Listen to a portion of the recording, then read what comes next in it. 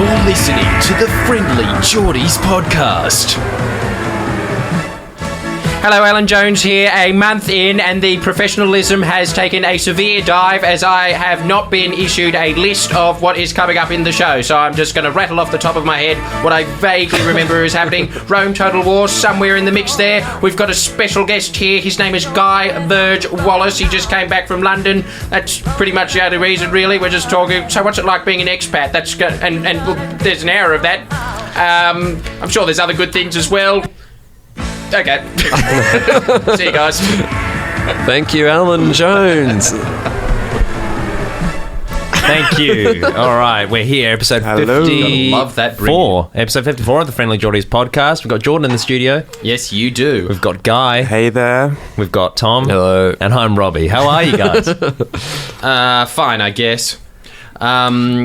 Really, what are we talking about in this podcast? Can we please get a proper introduction so we're doing Who Am I? So we're doing Who Am I, which people are finally getting on board with, which has taken a while. Is anybody still making snarky comments? We Robbie? won't be tolerating that by giving them more airtime after, of course, we mention it for this final time. Is it popular, or do people ask I think questions? people are actually getting amongst it now, which is good. Cool.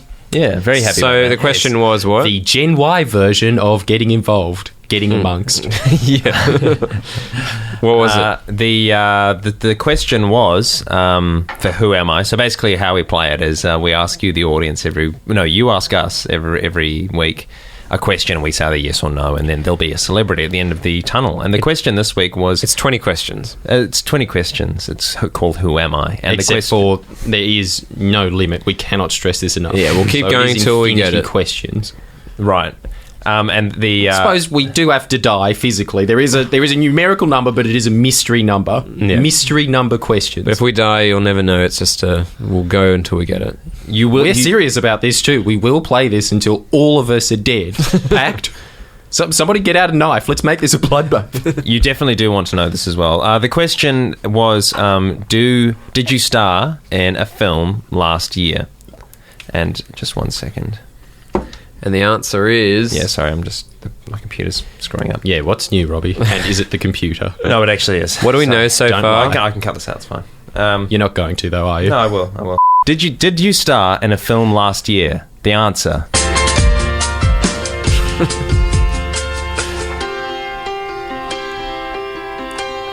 Yes. Doesn't it feel good? Instead of getting the old NO, to get the positive version of NO, which, to bring everyone up to speed, if there are any kindergartners listening to this, is yes. Yeah, so that means so far, what do we know? We're a Hollywood actor of some kind? I think that's correct. Don't want to spoil anything. I think we just gave away an additional clue. Okay, so now it's time for rapid fire opinions with Guy. All right, so we're meeting Guy. So, Guy, we're going to throw at you one-word topic starters. Because, as was already discussed, except for Robbie didn't check how much disk space there was. Who checks that? You should be doing that. Oh. So the answer is you, but you didn't, so nobody did. So, very technically correct. Guy, very unique man. To prove that you're unique, Guy, we're going to give you 10 associative words, and if you have this opinion at home, write in the comments box, yeah, I already thought that. I'm a guy too. Otherwise, don't. All right, because then you're lying, aren't you? So we're going to say words at you, and you just have to say what you feel about each word. Okay. All right, so you've come from London. What do you think of London? I think it's a very interesting place. So make sure that you write in the comments if you don't think that or not. That's all I could come up with in a second. All right, what do you think? I told you. What? Another way to spell Guy Verge Wallace is UNIQUE. Unique. Yes? How long were you there? 2 years. Don't be shy, Guy. Okay. So what do you think about London? Was it like an interesting experience? Was it a cold place? Was it gross, or was it lovely? You loved it because it was depressing, didn't you? God. Don't be coy, mate. You're a squid with a jumper on, I'm guessing. I like, That would yeah, be you know, you. I think it's like a very exciting place, and there's lots of fascinating people, and it's I mean, it's really amazing. It was an amazing experience. You said that it always feels like just before you reach the threshold where you went, that's it, no more. I'm going back to where the babes are smoking and the beach is sweltering all year doubt it. round, Australia. That sounds exactly like me. Jordan, you know me well. Before that, you're always saying that you almost got to that stage, but then London throws something at you incredible. Oh yeah. That's exactly right. Yeah. Wow. Forgot about that. And we've got 9 more of these to go. So let's pop All right, through them. Birmingham. It's like Graham Norton or something, isn't it? Yeah. Birmingham. It's that's more depressing than London, definitely. Why is that? It was more super industrial. You and- described it to me. Jordan, Let me just feed this to you. Jordan's You version of me. described it, which is still the truth. You said, like, the first thought that ran into your mind when you set foot in Birmingham was, quote, what the fuck am I doing with my life? Why did you say that? Oh yeah, I mean that's What's wrong with Birmingham? It was just like, I got there. Like that was the first place I got to in England, and that was when I went there. I was 19, so it was like, I just hadn't. I didn't really. I'd never like traveled alone as that anyway. And when I got to Birmingham, I just like.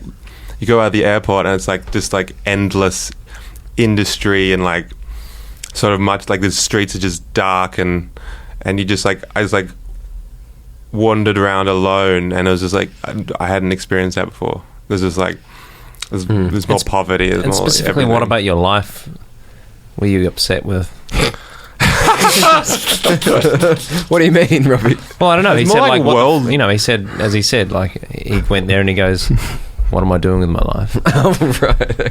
And so was there something that was called into question about your life as you were walking these dark, lonely streets? And also, may I just say, Robbie, why do you insist on swearing on air on FBI where you're not allowed to, but here you explicitly got rid of the expletive in that sentence? Yeah, true. So, I mean, Are we not? Yeah. That's just how he I'm rolls. just a random Not allowed to. swearer. Some rando Swearing. All right, guys. He's the opposite man. I asked him a question. We're moving on. No, we're not going to move on. I think that's This is rapid fire opinions, Robbie. Yeah, I'm giving him a rapid fire. All right, guy. Do you want to give a quick answer to that? Go, Guy. It's all right. Take all the time you need. It's okay. Sorry, we're out of time. Next one. No, All right, Berlin. no. No. All right, answer the question. Jesus, come on, please. All right, This is more about us undercutting you than getting the answer, isn't it, Robbie? just come on, guys. Okay. Help me out. Okay, all right. Life-wise, I guess probably like just, maybe like seeing like things like I don't know. It was just more. I felt smaller. It's more like a smaller person. All right. So did you then take a drastic turn with your No, life in no, terms not of at all. profession or something, like because you didn't want to do that anymore? Walk No, those lonely no. streets. You just No. hated Birmingham. I thought it was interesting. So you thought it was okay? Are you happy with An that, Robbie? interesting shithole. Sort of. Are you happy we did that? I am happy. I'm very happy we did that. Let me make one thing very clear. So now we're not going to be able to hear about Berlin because of that time No, gap there. ask him about Berlin. All right, No. Berlin. No, don't listen to this maniac. Keep going. Just What do you get think rid about of Berlin? Berlin, I think. Have you been to Berlin, by the way? Yeah, I went there like a bunch of times. It's really like progressive and Is it the party Super. capital of the world? it's This is worth it, wasn't it? That was worth it. Is it the party capital of the world? Is that what you had for him? That's what I'm asking. it is in a way. I mean, it's like I liked the question, Tom, Thanks, Jordan. and I hated yours, Robbie. God, there's no nuance to that, is there? Are there parties there? All right, go ahead, guys. Just let him have his piece. I love Berlin. I think it's really cool. And Did you get past that bodyguard that does not let anyone pass he's unless they're interesting. cool? Yeah, in Berghain. Yeah, what's his name? Do you know his name, the bodyguard? Does everyone know his name? I don't know his name, no, but I heard about him. I didn't like. So you didn't even try. No, I went. You were too times. intimidated. Did you get into You got Berghain? in? Yeah, I got in twice. I only ever got in when I was alone. Wow. That says even more. Yeah. Hang on, you were cool enough. You're sucked into your North Shore little snooty friend Tom. What? He tried. Yeah. He tried to get past that guy, and he just smelt him out like the rat he was. Tossed him into the garbage. But Guy, you got in. So what's Tell the trick? everybody, is it worth it? Is that nightclub actually the coolest nightclub in the world? Yeah, I thought it was worth it for me. Like, I thought it was amazing. It's. I mean, it depends what you're into. I guess. Okay. I'd like to press into that further. Yeah. Yeah, what kind of things do you have to be into? Well, it's like a giant gay fetish club, basically. Really? Yeah. Are you into that? Or does it get like more intense like every level you go up? Is it one of those places? Or is it you don't know where you're going to go? Just 1 minute there's some guy in a leather mask with a donkey around you. You're like, that's at the entrance. How much more intense can it get? Is it that kind of a place? Yeah. Well, I mean, Speechless. it's like a There's got lots of it's got loads of bars and like it's like an amazing sound system that like it's really really like. Were you off your head? What's that off my head? Yeah, I guess so. So it was the sound system. Okay. Like, Would you describe yourself Generally, it's not that different to me in general. I don't need drugs. All right, let's move on. Newtown. Why are they all geographic? Can we please? All right, we'll skip This that was one. our brainstorm. Who's We responsible? walked out of this. Me and Jordan are responsible for this. All right, go. I'm responsible Art. for the good What do you think ones. about art? Oh, you're just going to drop the Newtown one. Why don't you vet these before you bring them on air? Like, What do I think? But with who? with your own mind. Like, think, is this good? That's what you should probably ask before you ask. We've them. got heaps. I thought it'd be rapid fire. It's not rapid fire. Whose fault is that? Is it yours, guys? Yeah, because you bring up You these should have given me questions. like rules. I need rules. Okay, just 2 give words.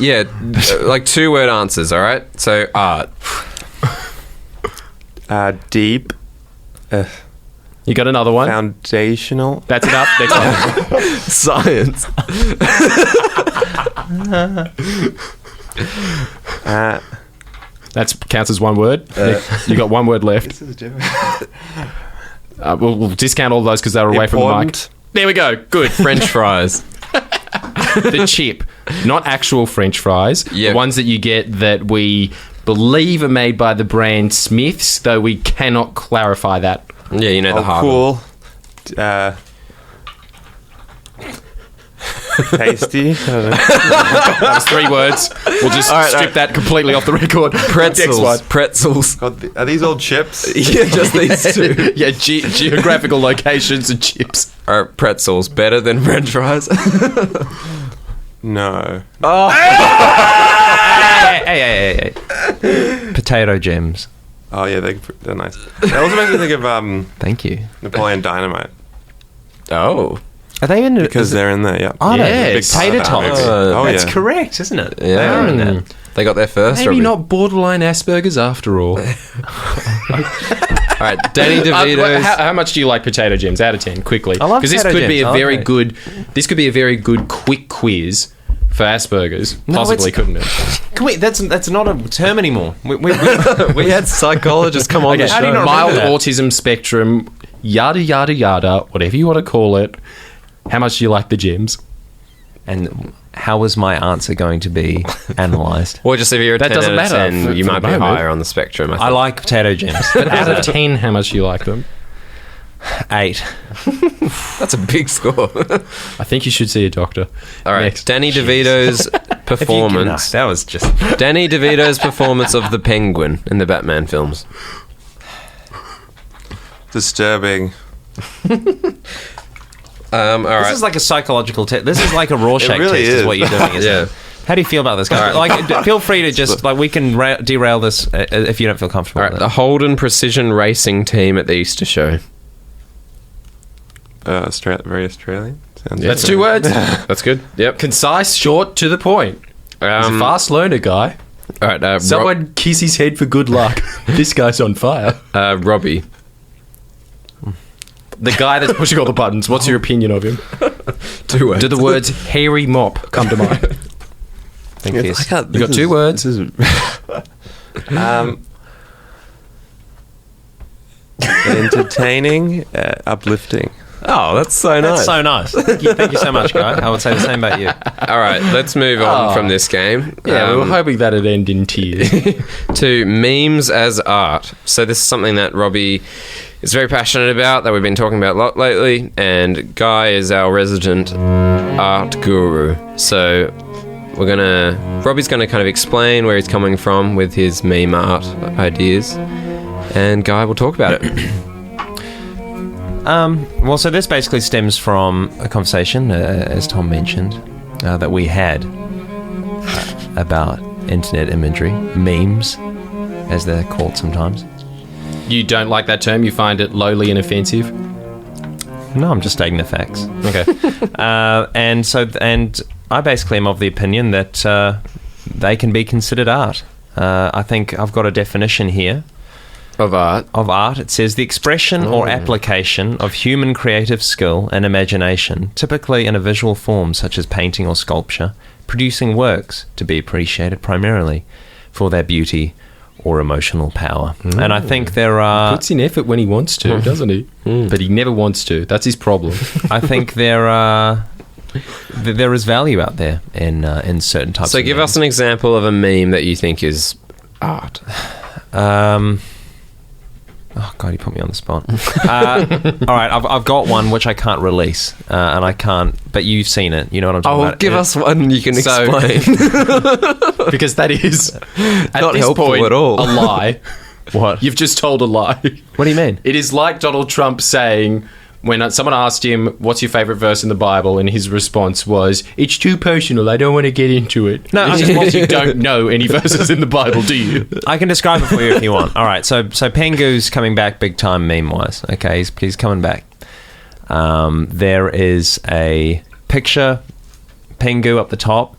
It then does the Google Translate, okay? It goes, Pingu, noot, noot.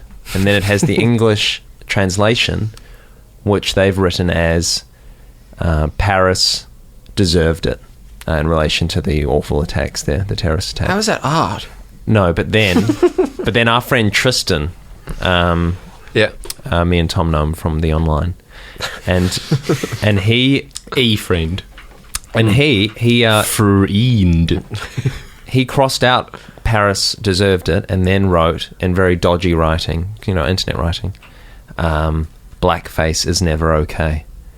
And I think there we've got a real piece of internet art. Okay, we've got this Pingu character, a universal figure, being translated to say something so awful, but then it's changed to be something so Uplifting. PC, and so there's this real grey area of, how should one engage with this? Well, I think Guy's so artistic that he would disagree with you on your very first point where you defined art, because I think that Jordan and Guy have an argument that they have ongoing, which is that art is not Continuously. definable. Usually in very shady pubs where there is a man dressed in an old military jacket listening in that goes, you boys can talk a mouth load, can't ya? Yeah. That's usually where we like to describe these events, which makes us almost very 1700s. We should be wearing those wigs that have the little ponytail at the back, which was very acceptable for men to be wearing back then. So what do you think of that, Guy? Do you reckon there's any merit to internet meme Also, art? I just gave you one example. I mean, there are obviously plenty out there. You've had enough time to talk. So, Guy, what do you think? Do you agree or disagree, and why? Do I agree? Yeah, I think. I think art. I think, of course, I really like the idea of internet, like of that kind of art. I guess it's like, I just wonder. Yeah, it would be really hard. As we always have this thing about how do you define art. Of course, everyone discusses that. And I think it's even more clear cut than what Robbie says. It's just original stuff. Done. Let's move on. Yeah, Let's talk about science now. I think Come on, we can get through 10 lists in 10 seconds. We can do this. I think that's definitely a pretty good description of art. Is it original? But how is Robbie's description of somebody changing the text at the bottom, which is what all memes do anyway, how does that qualify as art? Just because they've turned something that used to be sinister into some uplifting message. Well, what's your definition, Jordan? It seems that Robbie's definition is that something is positive, then it's art. No. Making Tony Robbins the highest form of art? No. Would you agree? Certainly not. I do. Okay. Certainly not. But difference of opinion. No, I don't think stuff that has a wholly positive message, qualifies as, art. There can be lots of messages to various types of art, but I think, I think there's obviously little effort in the image that I was describing, comparatively to like a Van Gogh piece or something. I'm not really saying you kind of are though, aren't you? I'm putting them in the same realm of art. I'm saying it is art. Yeah. Okay. But there's lots of other stuff out there that requires as little effort that is comfortably considered so. Yeah, but that's the thing that all of us schmoes always go, I could mess up a bed, where's my 50 grand? Yeah, right. I guess if a messy bed is art, then surely Robbie's Pingu meme is art, I think. No, I still honestly think the messy bed is more creative. If you're spending 6 months making the perfect crevices. Yeah, well, I guess, it's just how you argue it. Yeah. There could be just as much nuance in that image. What do you think about the fact that you're not originally making any of the ideas? Like, you're not creating anything that's entirely new. You're just appropriating. Well, nothing's original, is it? Yeah, that's where we're at. Yeah. Yeah, well, what do you think about that? Very lazy defense, though. Yeah. Getting to that point. All right, well, deny it then. Come on, deny it. Deny that memes are art? No, gladly. That nothing's original. No, nothing's original. All right, I'll deny it. Fair enough. Let's do that. What? Yeah, I've denied it. What are you going to do then? Well, give me some, obviously, like, that's a very That wasn't part of the deal. No. That's clearly weak. So add something to that. Don't be lazy. Okay. I've just realised how you feel like continuously in this podcast, Robbie, when you're like put on the spot, and it really sucks. So we're just gonna leave I've got that, nothing. Yeah, I've got. We're just gonna. Okay. All right, just to get myself out of this situation, completely agree with you, Robbie. Okay. Memes are definitely art. If you disagree, put a meme in the comments section of the fat guy from Breaking Bad, who both Tom and I assume the fat black guy that looks like a thumb. That guy. The thumb man. Put him in with his head, and then the just him shaking his head, going, "That ain't not, no sorry, Bob." No, I don't meme letters. So okay, like what conclusion? What do you think, Tom? Yeah, I think it technically would be art. It depends on the meme, though. I hate it when you just see like a video and someone's just smashed on like a line just saying like, "You won't believe this," and then the video's there. It's a meme, but it's crap. Like, but you know, bad art, right? Yes. We'd have to all agree that GIFs are not art. You have such a strong opinion of those. It's amazing. Why do you hate GIFs? Yeah. They're just the lowest form of comedy, aren't they? It's always from some show that's not on anymore or is towards the dying days of it. Something like that hospital show that used to be on the Comedy Channel. Yeah. There's always something Scrubs, of that. Yeah. Scrubs, just the white guy in that jumping up and down with a stupid facial expression over and over again in their face going, "My face when Beyonce said her album coming out in April." Yeah. I know, like, technically that is a joke. So do you hate those Technically. BuzzFeed articles that have like the article is essentially just a series of GIFs and you just scroll down through Yes, it? in fact, I was reading one of those the other day with my girlfriend who was going, you say this to me about all the time, 21 things that guys say when they have a short girlfriend. And then we were looking through them, and I do agree, I do say all of them. Great 21 list. But I had to say, in every second picture that was a GIF, going, just another GIF, to the point where she said, you said that already. So, not good for her, fun for me. Right. Is the review of that experience. Now, look, this is getting beside the point. I hate GIFs. Okay, let's move on. All right, so now let's play this game, which is, do you think you are... It's not really a game, it's just a thought. Do you think you're in the top 10% of fandom for any particular thing? So, what was the example before? So, we were thinking... Well, for Jordan, maybe Tony Robbins.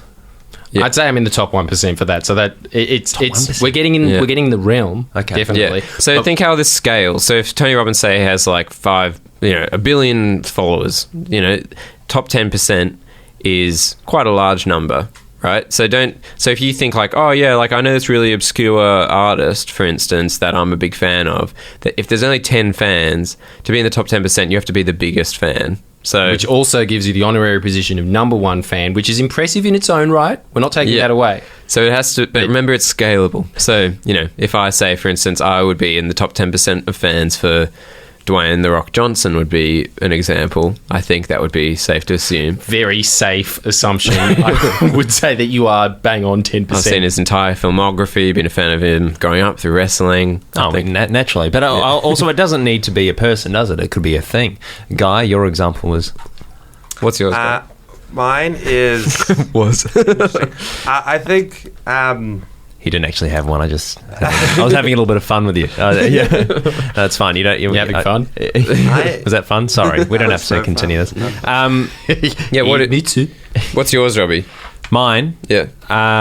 Well, no. I mean, what? So do you want me to do an example now, or do you want me to do my actual one? No, we want to do your actual one. So yours which is- was Tom's, which he blew his example on. But we all agree that is an example of top 10%. You mentioned them a lot, but you're not going to go out of your way every day to check their Facebook, or if they come to Australia, I sincerely doubt Tom is going to pretend that he's a cancer patient so he could get a photo with The Rock. Yeah, I'm not number one. But I would say, I reckon here's a bit of a claim. I reckon I'm top 10% fan of McDonald's. Oh, wow, that's huge. Really? Yeah. Because that is truly an institution that would have 1 billion fans. Very easily. Surely that's got a big fan base. I get excited when the McFeast comes back. Like we were talking about the El Maco the other day. Got very excited about that. Yes. I think I actually am a big fan of The McDonald's. phone cut out because he was salivating into the phone. You had to get a new phone. This is a true story. Did you have you tried the McRib? The McRib? Yeah. No. Is that new? I think it's an American extremely staple. old. Is it from America? Might be just America. Yeah. That's there was also great though. sorry. It does not have any bones in it. Oh. So, not that I've got a bone to pick with McRib, but doesn't count. in another way, yeah, I really do. Is that a rib? Come on. Yeah. I think the patty is formulated into the shape of a rib, so when you look at it, you go, wow, McDonald's does pay attention to the small things, don't Oh, they? okay. Have you heard of the Boss? The Boss. The Boss. It's a burger. Yeah. You've heard of Yeah. it? You know I have it? heard of it, yeah. Oh, awesome. Did we Is it get it like- in New Zealand that time? Oh, we might have. Maybe. Yeah. That was a big one I was found. I remember Anyway. in India having the Taj. It was like the Taj Mahal Mac or something, and it was like a veggie patty. It was the worst burger I've ever had. Like the one bad McDonald's experience. Come on. As if the prawn in Japan wasn't. Oh, that was very bad actually. Yeah. Yeah. But all around the world, McDonald's just continues to Shines. surprise. Yeah. Anybody who goes overseas and specifically makes a note of going to the McDonald's just to chase the weird Macaj version of burger that Must they be have a there. 10%. There must be a 10% on. Yeah. I had one in Venice with anyway. You're a band 6 performer of McDonald's. You are. Yeah. If that was how you got into universities, you'd be a shoo-in for Macquarie, wouldn't you, Tom? Yeah. I'd say I'm top 10% fan of maize memes ready to harvest. It's a meme page on Facebook. I think you're a top 10% fan of memes, full stop. Dang memes. But yeah, specifically that page, I really look forward to seeing. Artist. It's that guy's an artist. Where would you put yourself as a fan of Brown Cardigan? Oh yeah, good question. I'd have to be in top 10%. Yeah. As well. Yeah. I thought that you'd be higher than that. I thought you guys were friends. Would you be top 2%? Probably. Yeah. Bit of a stutter there. He's very freely maybe willing 3. to admit 10%. 2%. Oh, that's pretty high. I don't know if I want to commit myself to this, although it is just a verbal agreement and has no repercussions in the real world whatsoever, but still Yeah, I know. risky. So what's yours, Jordan? Yeah. Mine is definitely Dave Hughesy Hughes. Yeah, that's right. I reckon that's a good example because I reckon he has a lot of fans that don't care much for him. Like they're very aren't like passive fans. like yeah, he's all right, but they don't care about Dave Hughes. Outside of the outer suburbs of Adelaide and myself, I really don't think he has an active fan base. Does he have a Facebook? Yeah, he's got a Facebook. Of course he does. He's Dave Hughes, man. Yeah, that'd be weird, wouldn't it? If he didn't. Yeah. Imagine that. What kind of a world? Imagine that. Guy, have you come up with one? I have one, yeah, but it sounds lame and it's. Oh, don't That's start the- that way. don't- yeah. No, come on. Don't talk It's yourself alright. down, Guy. We'll do that for you. No, what is it? Just say it. I like, I guess, Italian neorealism. Yes. All right, next segment. That's it. Perfect. He broke it. Broke the game. All right. If you have something that you're a top 10%er of, I don't think you should even bother in the comments because that was too good. All right, Jordan, Rome, Total War. Robbie, for once in your life, get the music playing. Ah, thank God. Okay. The 1st century BC, Rome is in disarray. The Senate has become little more than a squabbling petty game field for aristocrats fighting over land and conquest, killing citizens in the streets just to gain a seat. One man realizes that this empire has become too big for democracy. It needs a king, and that man is Julius Caesar. In this week's edition of Rome Total War, we will be describing the man's life, who set the precedent of what a king is, from Tsars in Russia to somewhere else that I've also forgotten, but a lot of other kings' names are based off Caesar, if you think about it. Tsar, Caesar, they're kind of close. In Rome Total War, Julius Caesar, 44 BC-ish. Awesome. Great intro. Wow. Powerful stuff. So Julius Caesar. Very I don't know how we haven't spoken about him already. We're actually not sure if we have. I don't think. Yeah. We didn't check with Yeah, anyone. Vague ideas of checking with Scoutmaster Samuel Troy to see if we have, because we know that he'd be up to the challenge of looking through that stuff. Yeah, but episode quickly- 13. we were, truth be told, we were intimidated to ask him because it does say a lot about the unpreparedness of this show, doesn't it? I don't think. Anyway. So instead, we're just going to maybe tentatively do it for a second time. This is a rehash. Because get your notes out. We're studying here. This isn't all fun and games. You're going to learn something, all right? All right, tell us about Caesar. This guy was born, if I'm to phrase my American friends, a badass. When he was a teenager, he was caught by pirates. Wow. Who can say that?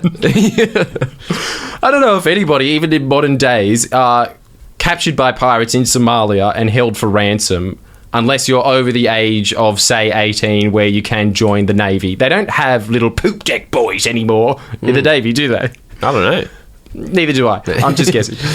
So he was, because he came from a family of quite significant prominence in the Roman Empire, but at this point his family had severely diminished, so he was trying to seek a career in the military to bring up the name of the Caesars. So he joined that at an early age. He was caught by these pirates and held for ransom back in Rome. As soon as he was released, he went out, hired a bunch of veteran soldiers to hunt down these pirates and personally crucified them. Oh my god! Personally, Yeah, well, I mean, also the other guys would obviously be holding it back, but he'd be looking at their faces, going, "Remember me?" yeah, wow, Yeah. Oh my god! So this is a nice beginning to him. Then he started rising. His military prowess came to such a point where it was almost legendary in Rome. He got a name there. So he started exploiting that for a career in politics. And he was running for consul. And he was actually kind of a Bernie Sanders figure of the time, in a way, because at that point, the Senate had become so corrupt, the establishment had... but I don't know if they had parties at that point. I think they all just kind of would vote one way for another. But mostly... they'd vote, obviously, to preserve their own power and interests in the top, in these families. Caesar wanted to completely throw that model out. So, obviously, he wasn't a popular choice by the kingmakers, as it were, for consul of Rome. So, instead, he came up with a triumvirate, which is when you get three people who are extremely powerful to work together to retain power for themselves. And his three was the most important businessman in Rome, Crassus. And Crassus was a terrible military general, but he was the one that actually killed Spartacus, but he spent so much money doing it. He bought 10 legions. That would bankrupt. There was a point when he was in Senate, and if the Romans sent 6 legions by themselves with the state's finances, that would have bankrupted the Senate. That's how rich this guy was. Wow. So he cut off Spartacus at the toe of Italy. He made this huge wall there and just starved him out, and that was his glorious victory against slaves. So he wasn't the best guy in that sense, but extremely rich. Yeah, the business sense. Yeah, a general of the dollars. And then the other guy was Pompey. And Pompey was an extremely good general, and together with Caesar's charisma, so really he was just a third wheel at this point, they were able to secure the position of consul. And he wanted that position because he'd spent so much money on his campaign that he was in huge debt. So he needed to get the position of governor in Gaul, where he was awarded 2 provinces there. Now, Rome did not want to expand into the northern regions of Europe. They wanted to keep it a Mediterranean empire, so they would not allow expansion there unless there was an imminent threat. So he created this Saddam Hussein-like figure of the time and said that there was just this massive barbarians on their way. But really what happened was, this is where he switches instantly from Bernie Sanders to Donald Trump. It was a different world. He built a beautiful wall, this magnificent wall all along for 16 kilometers, and so they were kind of just a tired swath of refugees. 300,000 Gauls walked up to the wall, realized they couldn't scale it, walked away, and he was going, we're getting inundated, I've got to do something about this, sending all these messages back to the Senate. They were all weary about it, saying that it was a political problem, but he caused all this hysteria in Rome, so they demanded action. He went out, obviously slaughtered all 300,000 of them. The documentary guy that I was listening to was saying that in those times, genocide wasn't an issue. In fact, it was probably preferable. Oh my god. So he wiped out pretty much the entire tribe of the Helvetii. This freaked out the rest of the Gauls, so they started to unite and attack Caesar. This is where it was proved that he was one of the greatest generals of all time. And to this day, you look at Hannibal and Caesar from the ancient world, as well as Alexander the Great, they still study him in military academies of what a genius this guy was at picking the prime ground to defend. He always knew the limits of his men. There was a lot of stories of him when, like, some guy would be freaking out and breaking rank, and then he'd just grab them by the neck and go, "Get back in there!" But he started that. Wow. None of this. So they that was like their strategy was, the Gauls' strategy was to burn all of their crops and salt the earth. It was a scorch and burn policy. It was one of the first in history. an entire... Gaul was France. They did that to all of France. There was not a skerrick of food throughout that entire nation. Wow. Just to try and starve out Caesar because he was that much of a threat to them. Then they all retreated into the hillside, and what their strategy was to attack the supply lines, which are razor thin, which was Hitler's problem when he went into Russia as well. And as soon as the supply lines are thin, very hard to defend, very easy to cut off. So his soldiers were starving because they were doing that. So instead of... But Caesar never retreats. So he built this huge fortification around pretty much every Gaul citizen left. And then they called for reinforcements from Germany to come in. And he was fighting on two fronts. In history, pretty much there is a 99% failure rate when you're fighting an army on two fronts. It's too much to handle, and especially when you're surrounded, you usually lose that war. But his soldiers were so well trained that they were able to push themselves out of that position and completely invade Gaul to the point that it never rose or retaliated again after that. Wow. That he absolutely obliterated it. So that was another thing that, a lot of documentary makers will always say this now, because he wrote a book about it, The Gallic Wars with Julius Caesar, and it's just him referring to himself in third person, being like, Caesar was too brave to allow the children to live. So it's like a great piece of propaganda, and he's really persuasive, excellent writer as well. Great speech writer. He was a master of the word, like most good leaders are, I suppose. So, yeah, basically, he was an absolute legend when he came back to Rome. Everybody in the establishment was freaking out, so they got Pompey to turn on Caesar, who was this old general, but his soldiers were old at this point. They hadn't been in combat for years. Julius Caesar's had been on campaigns for, I think, 6 years at that point. They were a well-oiled machine, absolutely obliterated Pompey. He was about to walk into the Senate when a gypsy comes over to him and says, "Beware the Ides of March." And he's like, it's a very obscure fortune-telling. What does that mean? It just means, don't go to the Senate on March the 15th, you'll be killed. That's actually what the fortune-teller told him, but he just goes, if that's my fate, then so be it. And just walked in anyway. He could have brought in guards to the Senate. No one was going to stop him. And that's when all the senators killed him. At which point, Tom's most favourite line of history happened, where he got stabbed by his protege Brutus, looked up at him with 23 gashes in his body and said, "Et tu, Bruti." Which, epic. For anybody who doesn't know Latin to that degree, which you should, that's very basic. "You too, Brutus?" And so ends the life of Julius Caesar. Yeah. I think we might have done that. But Yeah, I think we might have done that bit. But anyway, we didn't do the opening part. did we? Okay.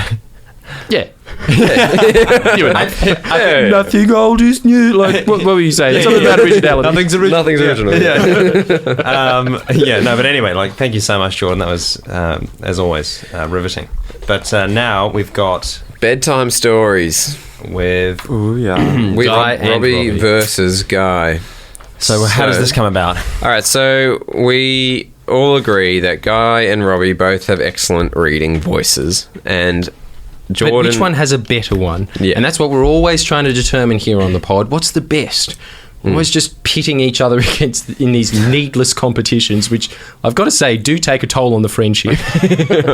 So what we're going to do is you're both going to tell a story in your best bedtime story voice you can. And whoever has the best bedtime story voice wins. So go. Do it. Who's first? Yay. Guys? I can go first. Go for it. Okay. Wait. Let's just get the music going. Yeah, I know. Sorry. Here we go. All right, Guy, here you go. There's a lot of mumbling in this podcast.